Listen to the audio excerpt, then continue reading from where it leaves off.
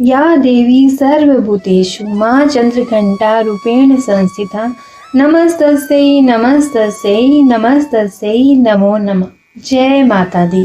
आज चैत्र नवरात्रि का तीसरा दिन माता चंद्रघंटा को समर्पित है।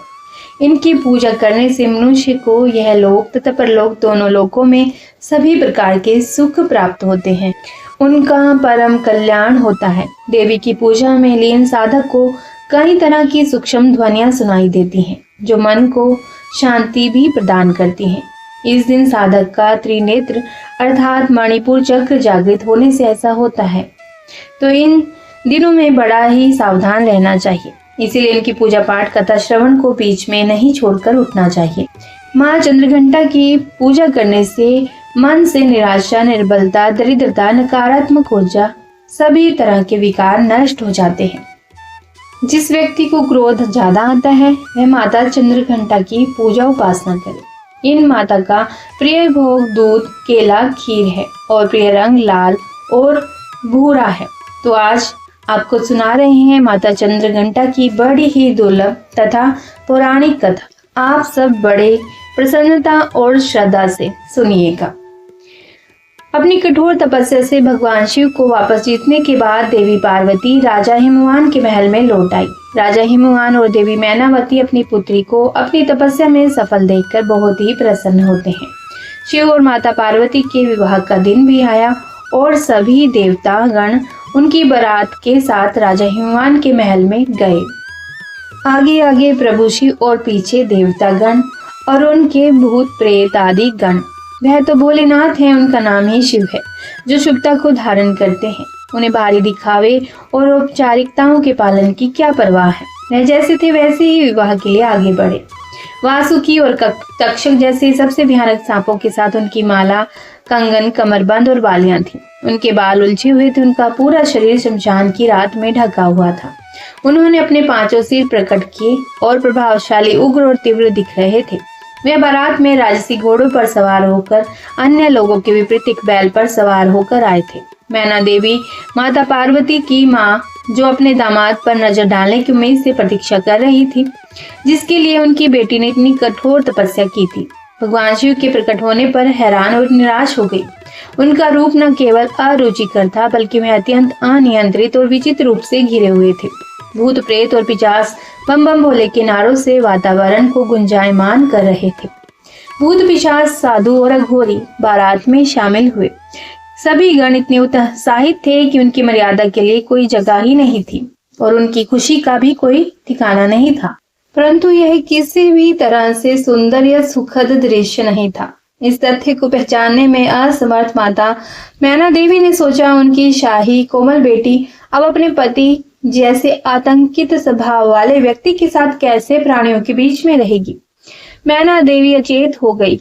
देवी पार्वती ने शिव तत्व को गहराई से आत्मसात कर लिया था और जैसा कि हमने उनके ब्रह्मचारिणी रूप में देखा है, वह सप्त ऋषियों के लिए शैव सिद्धांत की गुरु भी थी। फिर भी अपनी पूरी करुणा के साथ उन्होंने एक माँ के रूप में मैना देवी की दशा को समझा। भोलेनाथ को शांत होने और विवाह के लिए एक सुखद स्वरूप प्रस्तुत करने के लिए बनाने के लिए वह गई। तो अब देखिए, देवी पार्वती ने स्वयं उनके तीव्र रूप से मेल खाने के लिए क्षण भर के लिए उग्र रूप धारण कर लिया। उनके 10 हाथों में विभिन्न शस्त्र थे और उनके मुकुट पर एक घंटी के आकार का चंद्रमा था। देवी के इस रूप को चंद्रघंटा रूप में पूजा जाता है। माँ के इस रूप ने भगवान शिव के रौद्र रूप को भी शांत किया और उनके उपद्रवी गणों को वश में किया। चंद्रघंटा के उग्र और तेजस्वी रूप को मानते हुए माँ ने शिव से सौम्य रूप धारण करने का आग्रह किया, जिस पर वह तत्पश्चात सहमत हो गए। उनके अनुरोध पर शिवजी ने अपना भयानक रूप त्याग दिया और भगवान विष्णु को सबसे आकर्षण दुल्हे के रूप में उनका श्रृंगार करने दिया। भगवान शिव को इस रूप में चंद्रशेखर या सुंदरेश्वर के नाम से जाना जाता है। देवी पार्वती ने शिवजी के प्रति अपना प्रेम दिखाने के लिए उनकी जटाओं पर हमेशा आधा चंद्रमा रहता है, अपने माथे पर आधा चंद्रमा उन्हीं की तरह सजाया। भव्य विवाह के बाद देवी पार्वती एक शालीन नई दुल्हन के रूप में भगवान शिव के साथ गई। भगवान शिव अभी भी ध्यान में डूबे थे। और देवी पार्वती एक बार फिर हर दिन उनकी गुफा को साफ करती और उनकी सभी जरूरतों का प्रेम से ख्याल रखती थी। धीरे धीरे देवी पार्वती ने कैलाश पर अपना नया घर स्थापित कर लिया। इस बीच तारकासुर बेचैन हो रहा था। अब तो शिव और उनकी शक्ति एकजुट हो गए, इसीलिए तारकासुर भयभीत था। उसने नवविवाहितों के जीवन में सौंदर्य को बाधित करने के लिए एक दुष्ट चमगादड़ राक्षस जटकासुर को भेजा। जबकि भगवान शिव घोर तपस्या में लीन थे, माता पार्वती अपने घर के कार्यों में लीन थी। जटकासुर पूरी चमगादड़ सेना के साथ कैलाश पहुंचा।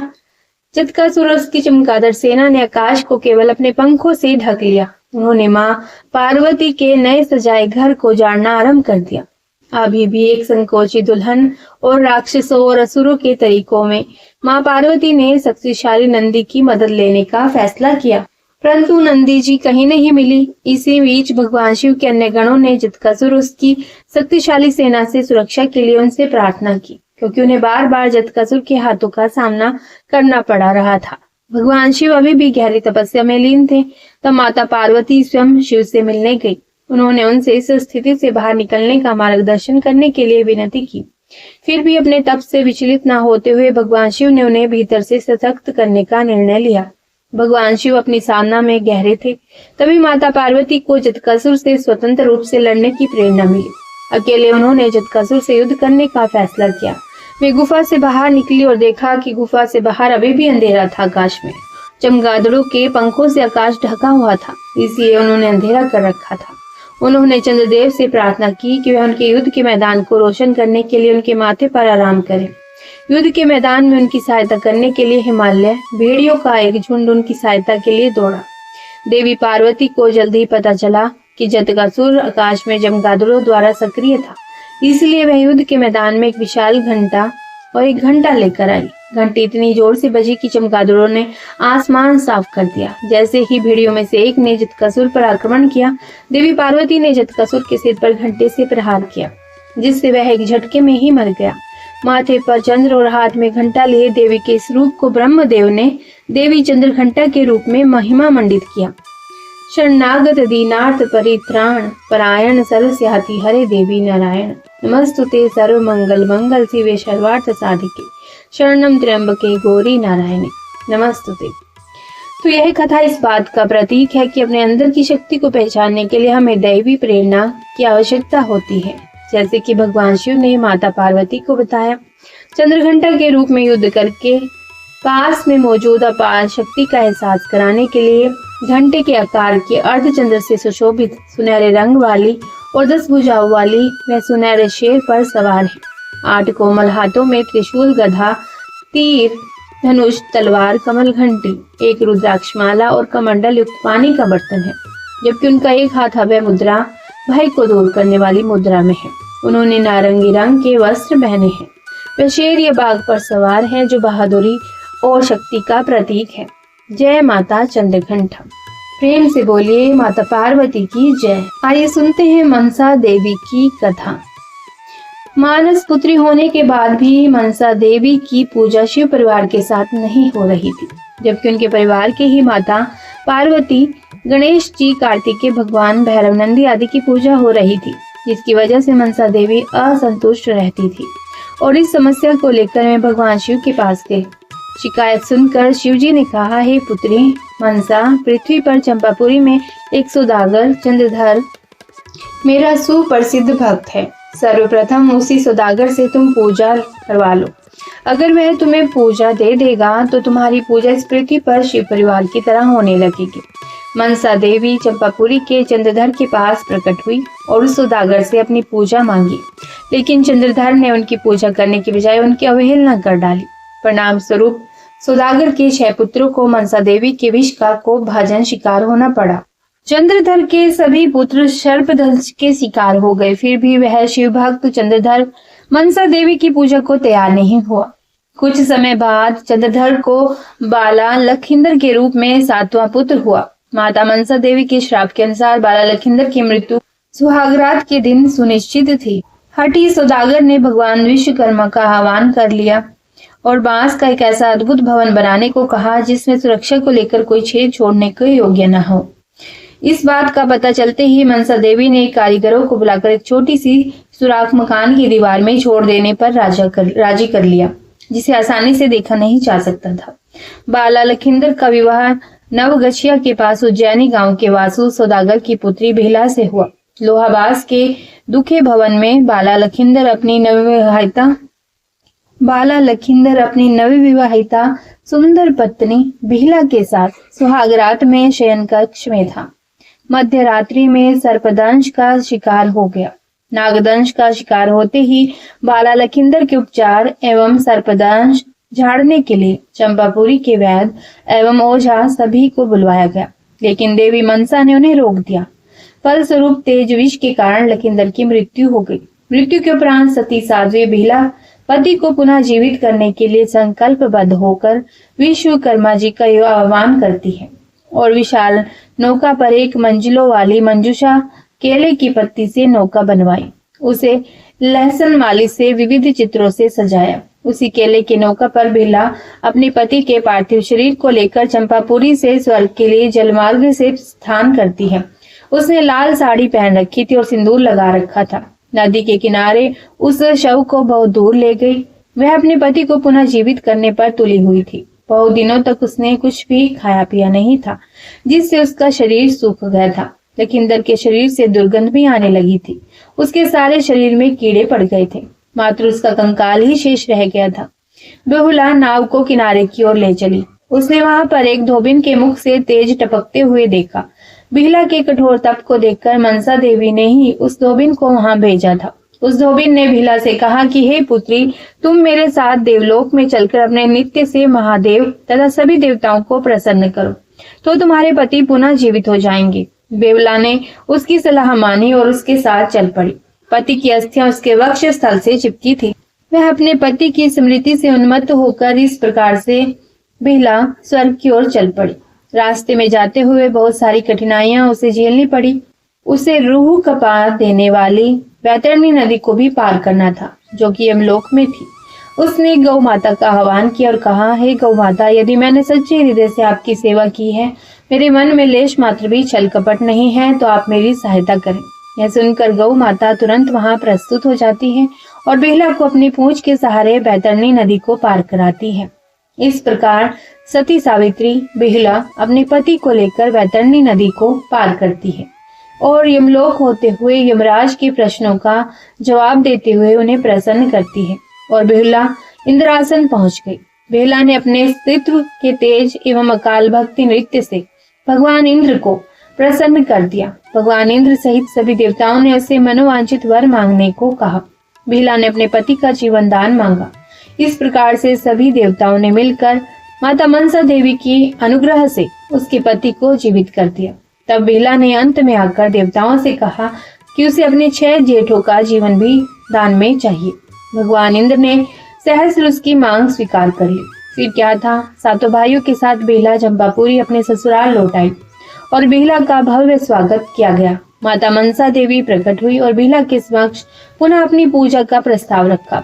बेहला के ससुराल के सभी लोगों ने माता मनसा देवी को पूजा देना स्वीकार किया, लेकिन चंद्रधर अपनी जगह अडिग रहा। उसकी घोषणा थी कि मेरा दाहिना हाथ शिव की पूजा को ही अर्पित है, इसीलिए मैं पूजा नमन मात्र भगवान शिव का ही करूंगा। घर के सभी परिजनों ने मिलकर हठी सौदागर को देवी मां मनसा की पूजा करने के लिए मना लिया और चंद्रधर ने हामी तो भर दी, लेकिन अपने बाएं हाथ से मनसा देवी को पूजने के लिए फूल और नैवेद्य अर्पित किए। पूजा के लिए भव्य मनसा विषहरी मंदिर का निर्माण किया गया। कहा जाता है तभी से मनसा देवी की पूजा शिव की मानस कन्या के रूप में होने लगी। उसी समय मनसा देवी ने बेहला को आशीर्वाद दिया कि दुनिया की सती नारियों में से उसका स्थान सुरक्षित रहेगा और उच्च रहेगा और मनसा पूजा के साथ ही बेहला की भी पूजा की जाएगी। तो प्रेम से बोलिए माता मनसा देवी की जय। जय हो मां। माता मनसा देवी ने जिस प्रकार से बेहला के पति का जीवन सुरक्षित रखा, उसे जीवन दान दिया। आप अपने भक्तों को, सभी सुहागिनों के सुहाग को अमर रखना। जय माता मनसा देवी। जय मां। आइए अब श्रवण करते हैं विनायक चतुर्थी व्रत की कथा। शिव पुराण की कथा के अनुसार महादेव सृष्टि के कल्याण हेतु कई सालों के लिए कैलाश से अंतर्ध्यान हो गए थे। तभी उसी समय देवी पार्वती ने कई माह तक स्नान नहीं किया था और इसके पश्चात अपने शरीर से मैल उतारने के लिए तो उन्होंने अपने शरीर पर उपटन लगाया। उस उपटन रूपी मैल को उतारकर उन्होंने एक बड़े ही प्यारे बालक की मूर्ति बनाई और अपनी योग शक्ति से उसमें प्राण डालकर उसे आदेश दिया कि पुत्र, तुम ही मेरे अंग से बने हुए हो और मेरे ही पुत्र हो। आज से तुम्हारा नाम विनायक होगा और तुम केवल मेरी आज्ञा का पालन करोगे। तब गणेश जी ने कहा, हे माते, आपने मुझे यह रंग रूप और शरीर दिया है, अतः आपका आदेश मानना मेरा कर्तव्य है।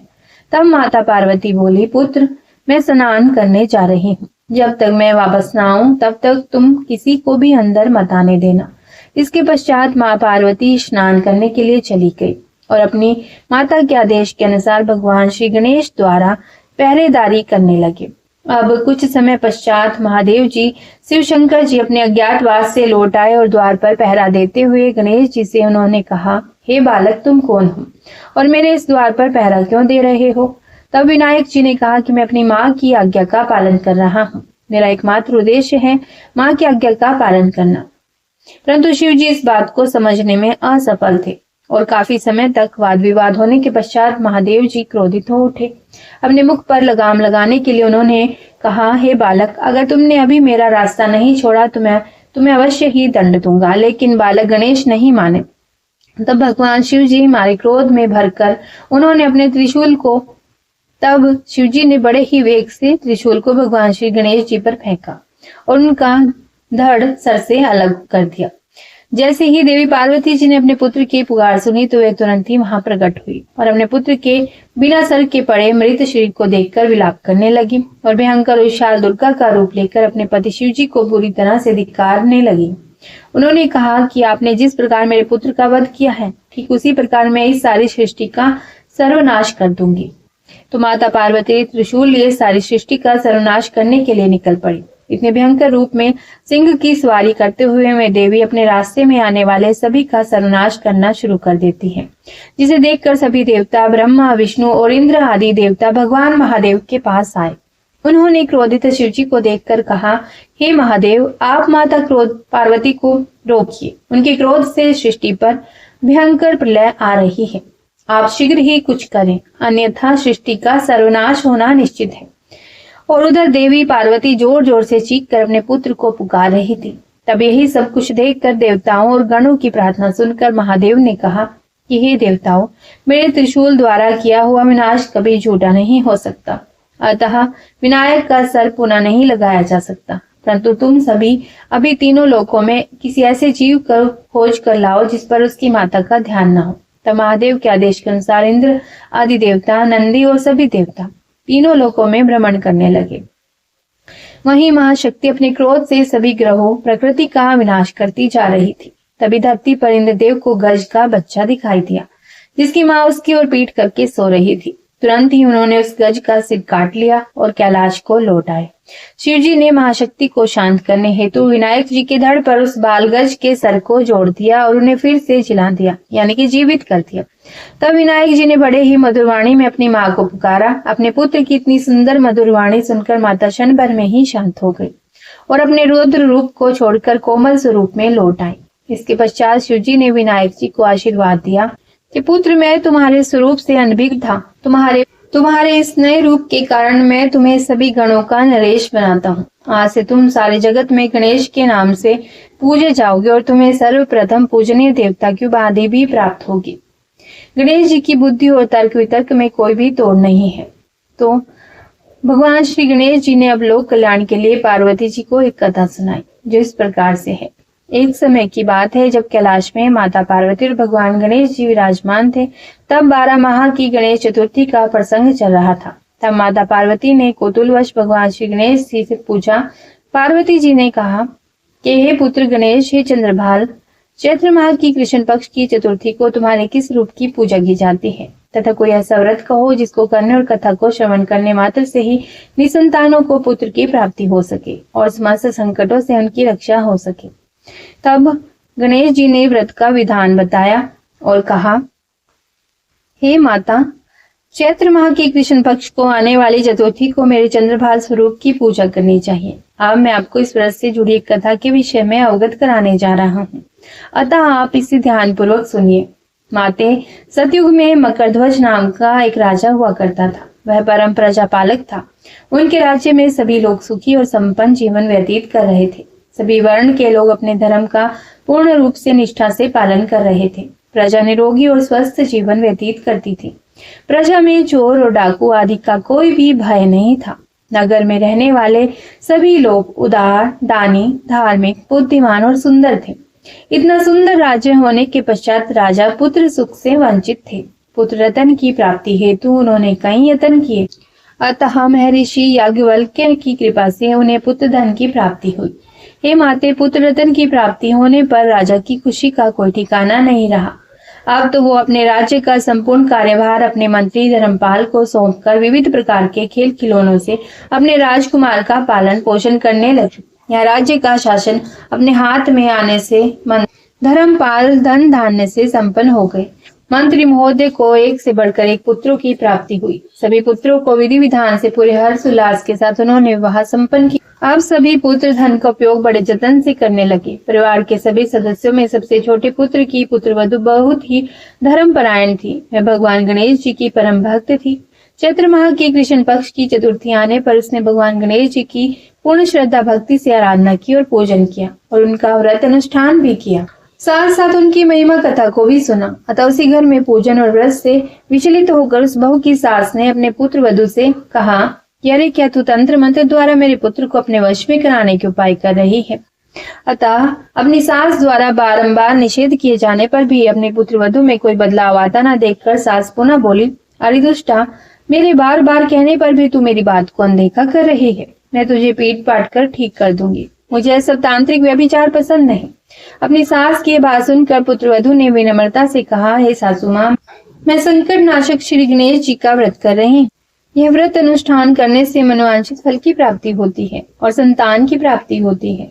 माताओं की संतान चिरंजीवी होती है। अपनी पुत्रवधू की यह बातें सुनकर क्रोधवश सासू ने अपने पुत्र से कहा कि हे पुत्र, तुम्हारी वधू जादू टोने पर उतारू हो गई है।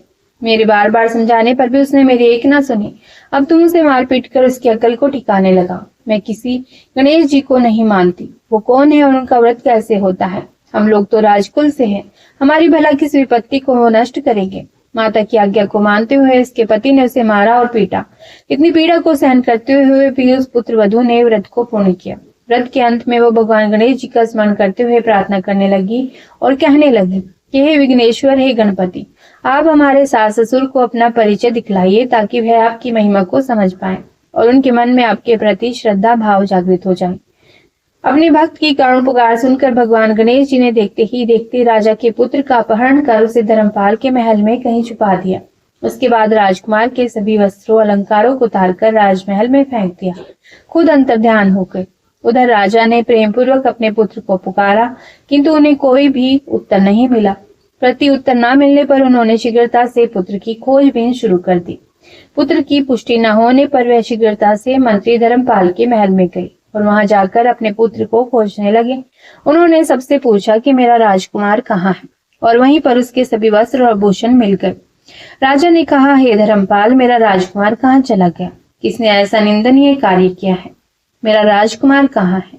राजा की व्याकुलता धीरे धीरे बढ़ने लगी थी। राजा की दशा देखकर मंत्री राज धर्मपाल ने कहा कि हे राजन, आपका चंचल पुत्र कहाँ है उसका मुझे भी पता नहीं है, किंतु मैं अभी पूरे राज्य में बाग बगीचे आदि स्थानों पर उसकी खोज आरंभ करता हूँ। उसके बाद व्याकुल राजा नौकर सेवकों आदि से कहने लगे, हे अंगरक्षकों, सेवकों, मेरे पुत्र का शीघ्र ही पता लगाओ। राजा का आदेश मिलने मात्र से ही राजा के पुत्र की खोज चारों ओर से शुरू हो गई, किंतु राजा के पुत्र का कोई पता नहीं चल सका। राजा के पुत्र का कहीं भी पता न चलने पर वो राजमहल में आके राजा के समक्ष डरते हुए यह निवेदन करने लगे कि हे राजन, हमें क्षमा करें। अभी तक अपहरण कर्मियों का कोई पता नहीं चल सका है। राजकुमार को पूरे नगर में किसी ने आते जाते नहीं देखा है। उन सैनिकों की ऐसी बातें सुनकर क्रोधवश राजा ने अपने मंत्री को बुलाया और कहा, हे धर्मपाल, मेरा राजकुमार कहाँ है? मेरा पुत्र कहाँ है? मुझे साफ साफ बता दे कि मेरा पुत्र कहाँ है। उसके सभी वस्त्र आभूषण मुझे दिखाई दे रहे हैं, किंतु वह नहीं है। अरे नीच, मुझे बता दे कि मेरा राजकुमार कहाँ है, अन्यथा मैं तुझे और तेरे पूरे कुल का सर्वनाश कर दूंगा। इसमें जरा भी संदेह मत रखना। राजा द्वारा डांट पड़ने के कारण मंत्री विचलित हो गया। मंत्री धर्मपाल ने राजा के समक्ष नतमस्तक होकर कहा कि हे भूपाल, मेरा विश्वास कीजिए, मैं अभी पता लगाता हूँ। इस नगर में बालक अपहरणकर्ताओं का कोई गिरोह भी नहीं है, ना कोई डाकू आदि यहाँ वास करते हैं, किंतु पता नहीं किस नराधम ने ऐसा नीच कर्म किया है और ना जाने कहाँ चला गया। धर्मपाल अब अपने महल आकर अपनी पत्नी एवं पुत्रों से पूछने लगा कि उसने अपने सभी पुत्र वधु को बुलाकर पूछा कि यह नीच कर्म किसने किया है। यदि राजकुमार का पता नहीं चला तो राजा मुझे और मेरे पूरे वंश का सर्वनाश कर देंगे। अपने ससुर की बात सुनकर सबसे छोटी पुत्र वधु ने कहा कि हे पिता, आप इतने चिंतित क्यों हो रहे हैं? यह सब भगवान श्री गणेश की लीला है, उन्हीं के ही कोप का परिणाम है। अतः आप भगवान श्री गणेश जी की पूजा आराधना करें। अगर राजा से लेकर नगर के सभी प्रजाजन श्रद्धा पूर्वक उनके साथ चंद्रभाल गणेश चतुर्थी का व्रत करें तो व्रत के फलस्वरूप भगवान श्री गणेश जी राजकुमार को अवश्य ही लौटा देंगे। मेरा वचन कभी मिथ्या नहीं होता। छोटी पुत्र वधु की बातें सुनकर ससुर ने कहा, हे पुत्री, तुम सत्य कह रही हो। तुम धन्य हो, हमारे कुल में एक तुम ही हो जो मेरा और मेरे कुल का उद्धार कर सकती हो। भगवान श्री गणेश की पूजा कैसे की जाती है वह तुम मुझसे बताओ। हे सुलक्षणा, मैं मंदबुद्धि होने के कारण भगवान गणेश के व्रत की महिमा नहीं जानता हूँ। अतः मुझ पर और मेरे परिवार को उनके किए गए अपराध की क्षमा देकर राजकुमार का पता बता दो। तब सभी लोगों ने भगवान श्री गणेश का कष्ट नाशक चंद्रभाल संकष्टी चतुर्थी व्रत का अनुष्ठान किया। राजा सहित सभी नगर जनों ने श्री गणेश जी को प्रसन्न करने हेतु व्रत का अनुष्ठान किया। सभी के व्रत अनुष्ठान के प्रभाव से गणेश जी प्रसन्न हो गए और देखते ही देखते सभी लोगों के सामने उन्होंने राजकुमार को प्रकट कर दिया। राजकुमार को अपने समक्ष देखकर राजा सहित सभी नगरवासियों की खुशी का कोई ठिकाना नहीं रहा। वह सब राजकुमार को आश्चर्यचकित होकर देखने लगे। राजा अपने पुत्र को पुनः प्राप्त करके खुशी से फूले नहीं समा रहे थे। भगवान गणेश की लीला को देख वे नतमस्तक होकर कहने लगे, भगवान श्री गणेश जी आप धन्य हो और धर्मपाल तुम्हारी छोटी पुत्र वधु भी धन्य है, जिसकी कृपा से आज मेरा पुत्र यमराज के यहाँ जाकर भी दोबारा लौट आया है। अतः आप सभी नगरजन इस संतानदायक व्रत को विधिवत करते रहें।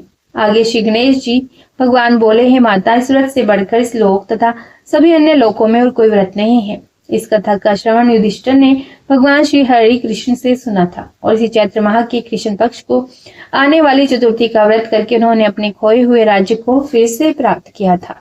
जय श्री गणेश। कथा संपन्न हुई। प्रभु गणेश, माता पार्वती आप सभी पर कृपा दृष्टि बनाए रखें, आप सभी का मंगल करें। यदि आपको यह कथाएं अच्छी लगी हो तो चैनल को सब्सक्राइब जरूर कीजिएगा और वीडियो को लाइक और शेयर भी कीजिएगा और कमेंट बॉक्स में लिखिएगा हर हर महादेव, पार्वती पदे हर हर महादेव। माता चंद्रघंटा का स्वरूप परम शांतिदायक और कल्याणकारी है। इनके मस्तक में घंटे का आकार का अर्धचंद्र है, इसी कारण इन्हें चंद्रघंटा देवी कहा जाता है। माता चंद्रघंटा को लाल रंग बहुत प्रिय है। ऐसे में आप इस दिन लाल रंग के कपड़े को पहन सकते हैं। लाल रंग प्रेम और ऊर्जा को भी दर्शाता है। माता चंद्रघंटा को कमल का फूल बहुत प्रिय है और माता चंद्रघंटा का ध्यान मंत्र है, बीज मंत्र है, वंदे वांछित लाभाय चंद्र अर्धकृत शेखरम सिंह रूढ़ चंद्रघंटा यशस्वनिम। माँ की आराधना ओम देवी चंद्रघंटाए नमः का जप करके भी की जाती है। माँ चंद्रघंटा को सिंदूर, अक्षत, गंध, धूप, पुष्प अर्पित किया जाता है और माँ को दूध से बनी हुई मिठाई का भोग भी लगाया जाता है। माँ का आशीर्वाद पाने के लिए इस मंत्र का 108 बार जाप करने से आपको लाभ मिलता है। मान्यता है कि माँ चंद्रघंटा को सफेद कमल और पीले गुलाब की माला अर्पित करने से भक्तों की मनोकामनाएं पूर्ण होती है। माँ चंद्रघंटा का भोग, माँ चंद्रघंटा को केसर की खीर और दूध से बनी मिठाई का भोग अर्पित करना चाहिए और इसके अलावा पंचामृत, चीनी और मिश्री माता रानी को अर्पित की जाती है। माँ चंद्रघंटा का प्रिय फल केले का फल है और माता चंद्रघंटा की तीसरी आंख सदैव खुली रहती है, जो बुराई के खिलाफ लड़ाई के लिए उनकी निरंतर तत्परता को भी दर्शाती है। चंद्रघंटा का अर्थ है चंद्रः घंटायाम यस्यः सा चंद्रघंटा, अर्थात चंद्रमा घंटा के रूप में शोभित है, मस्तक पर जिसके चंद्रमा